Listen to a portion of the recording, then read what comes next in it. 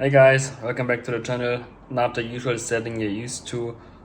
This is also just gonna be a short video because I just want to share my recent experience with you. I just recently lowered the car. This video will probably be released after this one. I will let you know this one first. But as things go, once you lower a car or you fiddle with the suspension, you will have to go and get the wheels aligned because you open lots of bolts that keep your car in lane. Then after lowering the car, that's what I did. I took it to a place to get the wheels aligned. Not a new place, I've been there before. I had this 5 Series aligned there twice. And I also had the X5 there before. It's a good place, I never had a problem with that. However, this time things turn out a little bit differently. Apparently there seems to be a new owner. That's not a problem. That person actually was the most helpful in this case. However, there also seems to be new mechanics.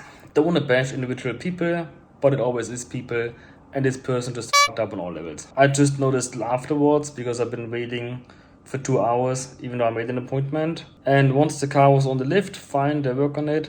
Once they took it off is when I noticed that things have been going wrong. Because they couldn't get it off the lift. It is not just not a post lift for an alignment. The car has to be wheels on the ground, but it has to be in the air. So it's one of those drive-on ramps, and then you lift the entire thing up. And apparently, when the guy drove the car up, he already damaged it. I'd only noticed because once they couldn't get it off, I saw that it's not gonna come off like that. They have to put some wood blocks underneath to give enough clearance to take it off. I got it worked out, it will be taken care of, at least that's what I've been told. As of right now, nothing has been done on it. Somewhat luckily, only a underbody tray was damaged.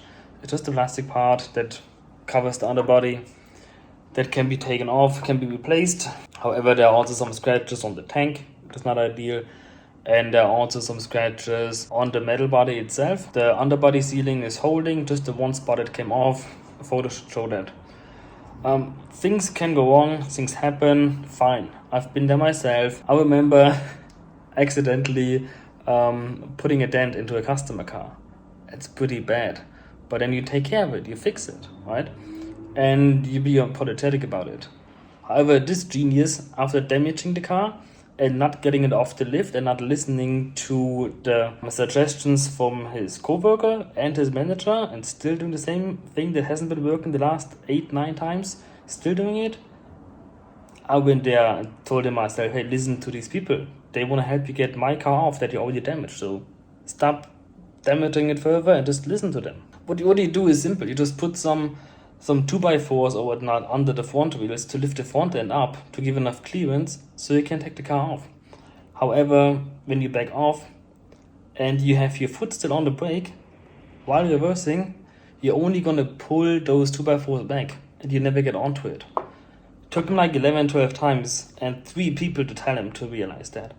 Then he finally got it off. He almost ran it off the lift. Everybody was like, whoa, whoa, whoa. Luckily, nothing else was hit with that action. And afterwards, he'd been calling me names for telling him how to do his job. Like, dude, you damage customer cars. You have no standing to be offended or whatnot.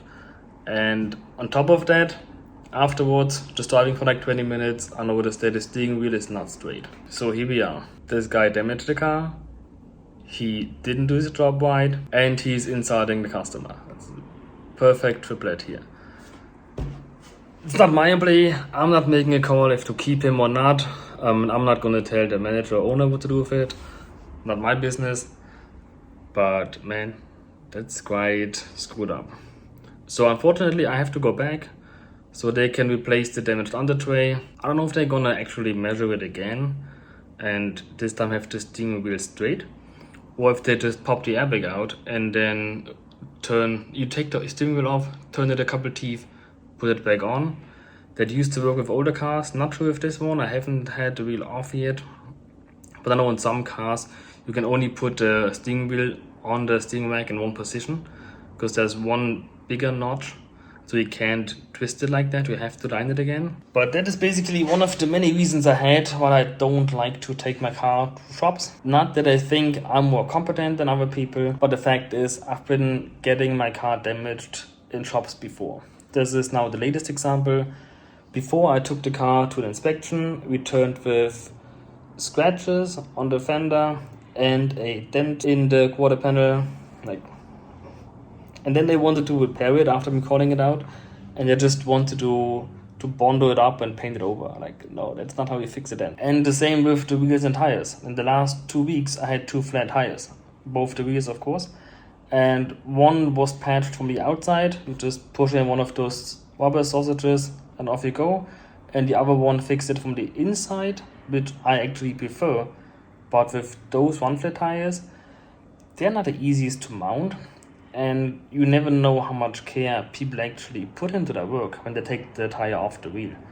And usually I expect that whenever someone works on the wheel, I expect to find scratches on the wheel afterwards. Because it can happen, of course, but if you put enough care into it, you actually can avoid it. I know that because I've been mounting 21-inch, 35% sidewalls, 1 flat tires myself. It's a pain in the ass. But you can do it without damaging anything. And another great example was the infamous X5 that was slammed out after more than 2 years of attempted repairs. That car, when you bought it, just had a little bit of damage on the front and rear bumper that was not claimed before. And you also couldn't see it in the photos that the dealership showed me. And I even went into the dealership to talk with the salesperson there, to have someone go out and look at the car in person to answer a couple of questions. And that person also said nothing about the damage. Once it arrived, scratches front bumper, scratches on the rear bumper. Offered to fix it, meaning to repaint it, and they did. And while doing so, they just made things worse. And from there it went worse and worse and worse, to the point that several parts have been damaged in the process. They painted it, I think, 10 times. And they painted the entire car by then. Because they didn't blend it in, they didn't match the paint, they did, I don't know what I did, but there was some kind of fog in the paint afterwards. It's been one mess. Luckily for me, that wasn't the only problem with the car. There have been tons of other problems. That BMW North America decided to purchase the car back from us. It was slammed out, and that's that story.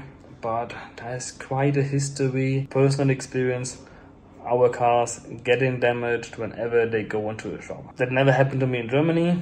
We can all speculate why that is, but that is just the reality I'm facing here. So that in short is pretty much why I fix my cars myself. One, because I can, but also second, because I don't want them to get damaged from other people. And then I still have to check their work to make sure they actually did things right. A friend of mine had his car to a service, changing engine oil, transmission oil, coolant, comes back, nothing was changed. They just invoiced him and nothing. They didn't change. It's bad. It's pretty bad. But that's why I'm making these videos. So you can do that too yourself. It's not that complicated most of the times. And a DIY, someone else showing you how to do it, is really helpful.